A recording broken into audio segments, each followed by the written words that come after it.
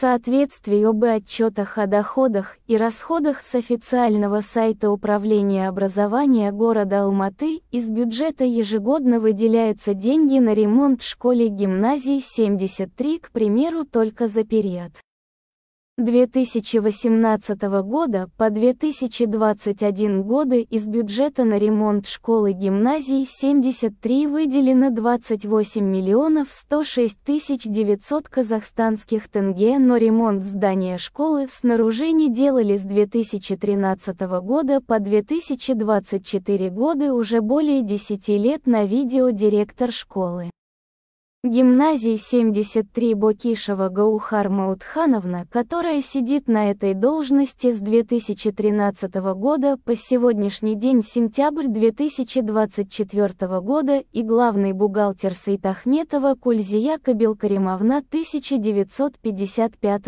года рождения. Возраст 69 лет и занимает должность главного бухгалтера этой школы с 2000 года около 24 года. Далее на видео состояние здания школы-гимназии 73 секунды внутреннего двора. Видео снято 2017 году на канале Вы. Можете увидеть видео, снятое в 2023 году, состояние здания школы-гимназии 73, в котором видно, что здание школы также находится в плачевном состоянии.